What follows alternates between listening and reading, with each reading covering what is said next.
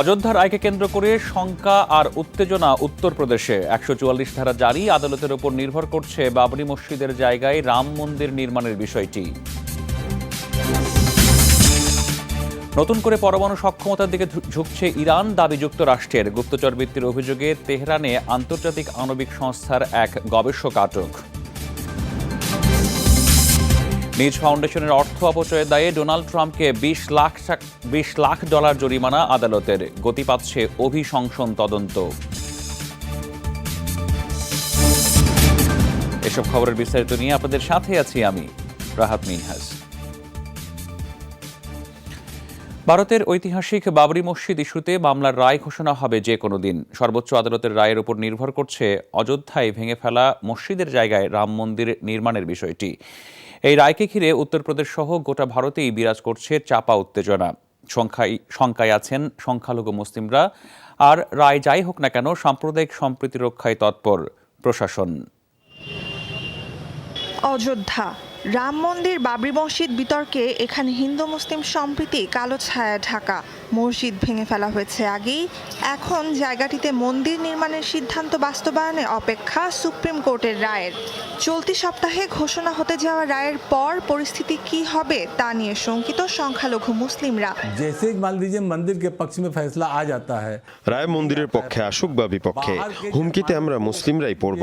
এখানকার স্থানীয় হিন্দুদের নিয়ে তেমন ভয় নেই, ভয় বাইরে থেকে আসা হিন্দুদের নিয়ে। শক্তি দেখানোই যাদের লক্ষ্য। यहाँ के मुकामी लोग रहे, इनसे हमें कोई खतरा नहीं। মোগল সম্রাট বাবরের আমলে 1528 সালে নির্মিত হয় বাবরি মসজিদ। জায়গাটি হিন্দু ধর্মের অবতার শ্রীরামের জন্মস্থান এমন দাবি তুলে উগ্রবাদীরা এটি গুড়িয়ে দেয় 1992 সালে। ভয়াবহ সাম্প্রদায়িক দাঙ্গায় প্রাণ হারায় প্রায় 2000 মানুষ। রক্তক্ষয়ী সহিংসতা প্রশ্নবিদ্ধ করে ধর্মনিরপেক্ষ ভারতের ভাবমূর্তি। সরকার আমাদের নিরাপত্তা না দিলে কোথায় যাব? আগেই একবার সব হারিয়েছি, স্বজন সম্পদ। আবারও তেমন কিছু ঘটবে বলে ভয় তাড়া করছে আমাদের। গেল মাসে মামলার শুনানি শেষ করেন ভারতের প্রধান বিচারপতি রঞ্জন গগৈ। চূড়ান্ত রায়ের সময় ঘনিয়ে আসায় নড়েচড়ে বসেছে নিরাপত্তারক্ষীরা। প্রশাসন বার্তা দিচ্ছে, যে কোনো পরিস্থিতিতে বজায় রাখা হবে সম্প্রীতি। অযোধ্যা পরিস্থিতি স্বাভাবিক, এতে যেন হেরফের না হয় সেজন্য হিন্দু ও মুসলিম নেতা এবং প্রশাসনের কর্তা ব্যক্তিরা দফায় দফায় বৈঠক করেছেন। সর্বোচ্চ সহযোগিতার আশ্বাসও দিয়েছে সব পক্ষ। সব ধরনের পরিস্থিতির জন্য কর্তৃপক্ষ প্রস্তুত থাকলেও অনাকাঙ্ক্ষিত কিছু ঘটবে না বলেই আশা করছি। ভারতে 130 কোটি মানুষের মধ্যে মুসলিম 14 ভাগ। 47-এর দেশভাগ থেকে হিন্দু মুসলিম সম্পর্ক উত্তাপ ছড়িয়েছে অনেকবার। টানা 2 মেয়াদে সরকারে আছে হিন্দুত্ববাদী বিজেপি। নুসরাত কামাল, যমুনা নিউজ। এদিকে ঐতিহাসিক অযোধ্যা মামলার রায় কেন্দ্র করে উত্তরপ্রদেশে জারি করা হয়েছে ১৪৪ ধারা। নিরাপত্তা বাহিনীকে অতিরিক্ত সদস্য মোতায়েন করতে বলা হয়েছে রাজ্যের স্পর্শকাতর ১৭৮টি এলাকাতে। শুধু কানপুরে রয়েছে নিরাপত্তা বাহিনীর ৪,০০০ বাড়তি সদস্য। রাজ্যের প্রতিটি জেলার পরিস্থিতি আলাদাভাবে পর্যবেক্ষণে লখনৌতে নিয়ন্ত্রণ কক্ষ স্থাপন করা হয়েছে। জরুরি প্রয়োজনে অযোধ্যা ও লখনৌতে স্ট্যান্ডবাই রয়েছে 2টি হেলিকপ্টার। সার্বিক পরিস্থিতি সম্পর্কে জানতে রাজ্য পুলিশের মহাপরিচালক ও মুখ্য সচিবের সাথে জরুরি বৈঠক করবেন ভারতের প্রধান বিচারপতি রঞ্জন গগৈ। এছাড়া রাতেই উত্তরপ্রদেশের মুখ্যমন্ত্রীর সাথে ভিডিও কনফারেন্সে কথা বলবেন তিনি। വിധി അനുകൂലമായാൽ ആഹ്ലാദ പ്രകടനവും എതിരായാൽ പ്രതിഷേധ പ്രകടനവും നടത്തണമെന്ന നിർദ്ദേശം. അതിനാൽ ইরানের উত্তর পশ্চিমাঞ্চলে 5.9 মাত্রা শক্তিশালী ভূমিকম্পে প্রাণ গেছে কমপক্ষে 6 জনের, আহত হয়েছেন 3 শতাধিক। শুক্রবার ভোর রাতে ইস্ট আজারবাইজান প্রদেশে অনুভূত হয় এই ভূমিকম্পন। উৎপত্তিস্থল ছিল হসরুদ শহর। উৎপত্তিস্থলের গভীরতা বেশি না হওয়ায় ভূমিকম্পে বড় ধরনের ক্ষয়ক্ষতির আশঙ্কা করা হচ্ছে। মূল কম্পনের পর কয়েক ঘন্টার ব্যবধানে 7টি আফটার শক অনুভূত হয়। 2টি টেকটনিক প্ল্যাটের সংযোগস্থলে অবস্থান হওয়ায় প্রায়ই ইরানে ভূমিকম্পন অনুভূত হয়।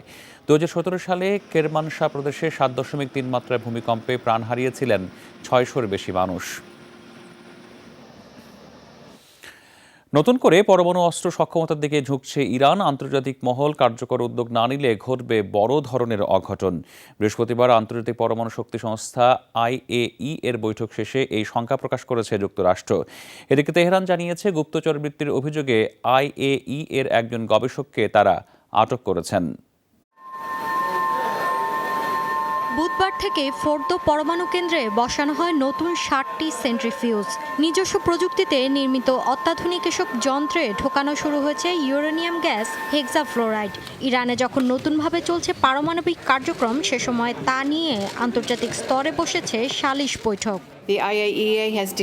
ইরানে অঘোষিত পারমাণবিক উপাদান এবং সংশ্লিষ্ট কার্যক্রম লক্ষ্য করছে IAEA, অথচ তেহরান বিশ্বাসযোগ্য কোনো ব্যাখ্যা দিতে পারছে না। বড় অঘটন এড়াতে আন্তর্জাতিক মহলের যে কোনো উদ্যোগের পাশে রয়েছে যুক্তরাষ্ট্র। যুক্তরাষ্ট্র ও পশ্চিমাদের তোপের মুখেও অবিচল ছিল রুহানি প্রশাসন। উল্টো তাদের অভিযোগ দেশটির নিজস্ব নীতিমালা ভেঙেছে আন্তর্জাতিক পর্যবেক্ষকরা। গবেষণা কেন্দ্রগুলোয় প্রবেশে প্রয়োজনীয় অনুমোদন এবং অতিরিক্ত নিরাপত্তা প্রয়োজন, কিন্তু সেসবের তোয়াক্কা না করেই নাতানজ কেন্দ্রে ঢুকেছিলেন IAEA পর্যবেক্ষক। নিয়ম রক্ষার্থে তাকে আটকের পর ছেড়ে দেওয়া হয়। বাকযুদ্ধের মধ্যে দেশটির উপর নতুনভাবে নিষেধাজ্ঞা আরোপের আহ্বান জানায় ইসরায়েল। ইরানের গোপন পরমাণু কর্মসূচির পর্দাফাশ করেছিল ইসরায়েল। আজ বিষয়টি নিশ্চিত করল IAEA। গণবিধ্বংসী অস্ত্র লুকিয়ে রেখে আন্তর্জাতিক নীতিমালা লঙ্ঘন করছে তেহরান। দেশটির আগ্রাসন এবং সন্ত্রাসবাদ দমনে সচেষ্ট হওয়া প্রয়োজন বিশ্বের। ইরানের অভিযোগ, ঐতিহাসিক পরমাণু চুক্তির শর্ত পূরণে অনিচ্ছুক ইউরোপ। এ কারণে বেঁধে দেওয়া হয়েছে 60 দিনের সময়সীমা। নির্দিষ্ট সময় পেরোতেই একটি নীতিমালা থেকে সরে আসে রুহানি প্রশাসন। সেই ধারাবাহিকতায় সোমবার ইউরেনিয়াম উৎপাদন 10 গুণ বৃদ্ধির ঘোষণা দেয় দেশটি। মৌলি ইসলাম, যমুনা নিউজ। নির্বাচনে ট্রাম্প ফাউন্ডেশনের তহবিল অপচয়ের অপরাধে মার্কিন প্রেসিডেন্টকে $20 লাখ জরিমানা করলেন নিউ ইয়র্কের আদালত। জনকল্যাণের পরিবর্তে ডোনাল্ড ট্রাম্পের নিজস্ব স্বার্থে ব্যবহৃত হচ্ছে অর্থ। আইনজীবীদের এই অভিযোগের মুখে 2018 সালে এই ফাউন্ডেশনটি বন্ধ হয়ে যায়। বিচারক নির্দেশ দেন, জনকল্যাণের জন্য গঠিত তহবিলের অর্থ নির্বাচনী কাজে ব্যয় করে আইন লঙ্ঘন করেছেন প্রেসিডেন্ট ডোনাল্ড ট্রাম্প। প্রেসিডেন্টকে $20 লাখ জরিমানা পরিশোধের নির্দেশও দেন তিনি জানান, 8টি দাতব্য প্রতিষ্ঠানকে দেয়া হয় এই অর্থ। এই রায়কে রাজনৈতিক উদ্দেশ্য প্রণীত বলছেন মার্কিন প্রেসিডেন্ট। তার মতে কোটি কোটি ডলার দান করেও নিজের ফাউন্ডেশনের জন্য জরিমানা হাস্যকর।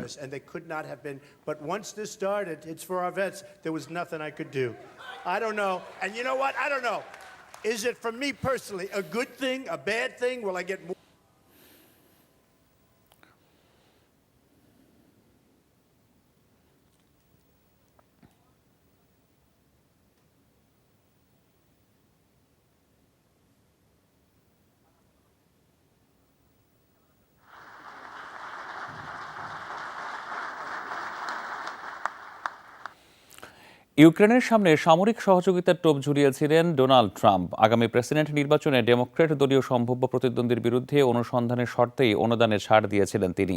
প্রেসিডেন্টকে অভিশংসনের শুনানিতে উঠে এসেছে এই সব তথ্য।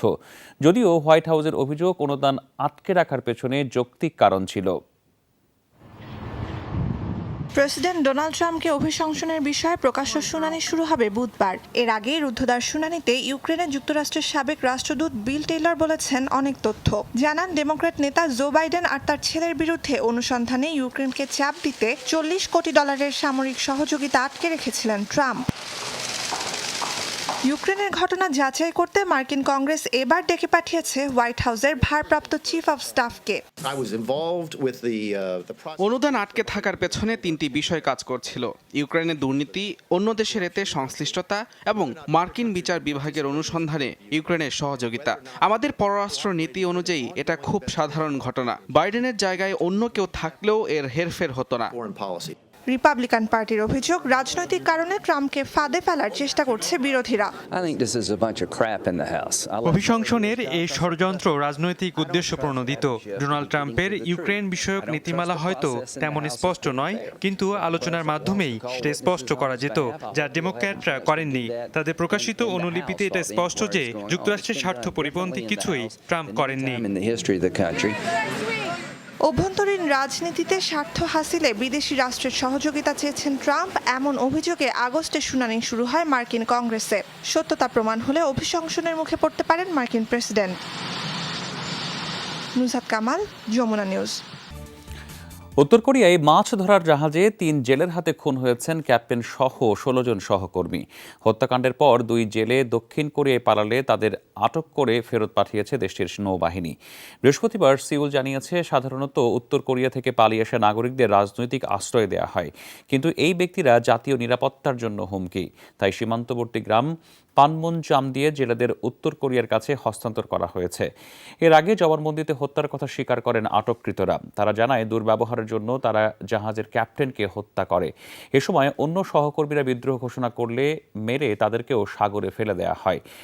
গেল 2 বছরে কমপক্ষে 1227 জন কোরিয়ান প্রতিবেশী দেশে আশ্রয় নিয়েছেন। জাতীয় নির্বাচনে প্রধান 2 দলকে ঠেকাতে একজোট হলো যুক্তরাজ্যের ব্রেক্সিট বিরোধীরা।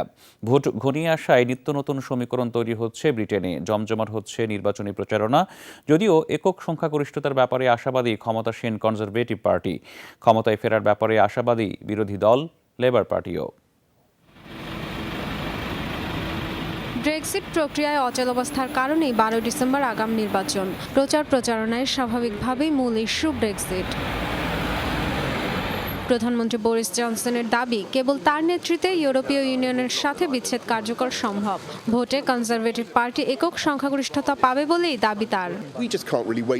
আমাদের এমন লক্ষ্য ও পরিকল্পনা আছে যা দেশের জন্য দুর্দান্ত সুফল বয়ে আনবে। ব্রেক্সিট কার্যকর হওয়া মাত্র ব্রিটেনে বিনিয়োগ বাড়বে, আস্থা বাড়বে ব্রিটিশ অর্থনীতির উপর।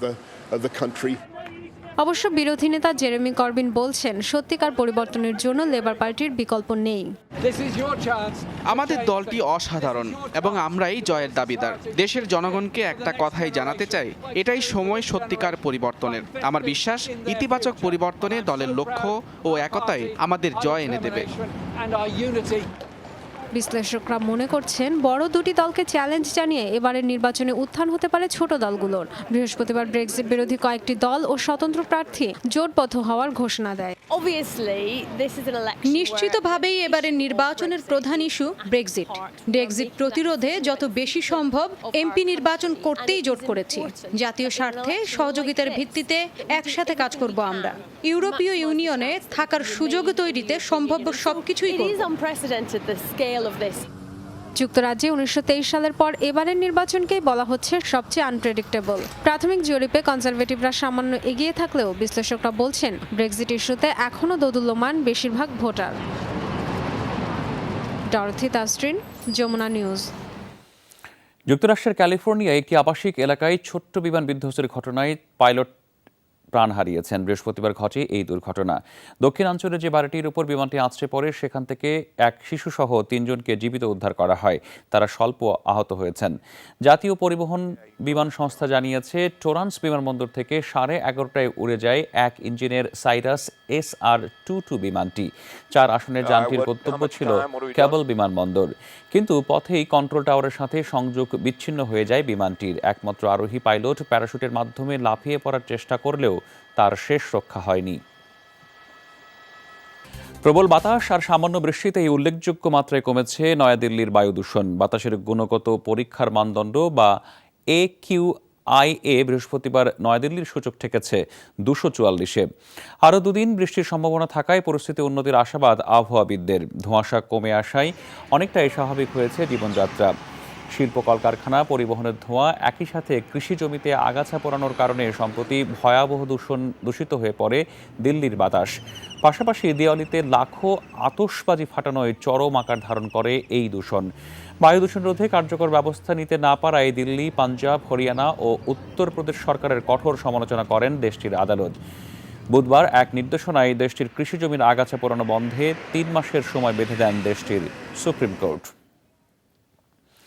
যুক্তরাজ্য ভিত্তিক লেখক ও কলামিস্ট অতীশ তাসিরের ভারতীয় নাগরিকত্ব বাতিল করল নয়াদিল্লি। বলা হচ্ছে, প্রধানমন্ত্রী নরেন্দ্র মোদীর সমালোচনা করায় তার বিরুদ্ধে এই পদক্ষেপ নেওয়া হলো।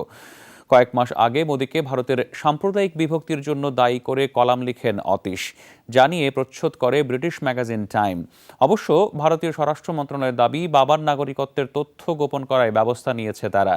অতীশের বাবা সালমান তাসির ছিলেন পাকিস্তানের পাঞ্জাব রাজ্যের গভর্নর।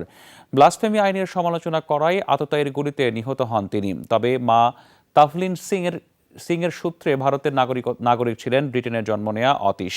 তার দাবি, পাকিস্তানি নাগরিক বাবার সাথে সম্পর্ক ছিল না তার।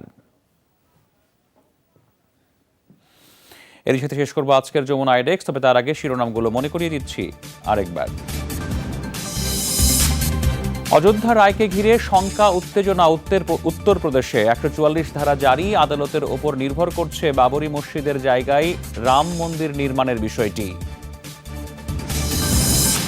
নতুন করে পরমাণু সক্ষমতার দিকে ঝুঁকছে ইরান, দাবি যুক্তরাষ্ট্রের। গুপ্তচর বৃত্তির অভিযোগে তেহরানে আন্তর্জাতিক আণবিক সংস্থার গবেষক আটক। নিজ ফাউন্ডেশনের অর্থ অপচয়ের দায়ে ডোনাল্ড ট্রাম্পকে $20 লাখ জরিমানা আদালতের। গতি পাচ্ছে অভিশংসন তদন্ত। এই ছিল আজকের যমুনা আইডেস্কের আয়োজন। এতক্ষণ সাথে থাকার জন্য ধন্যবাদ সবাইকে।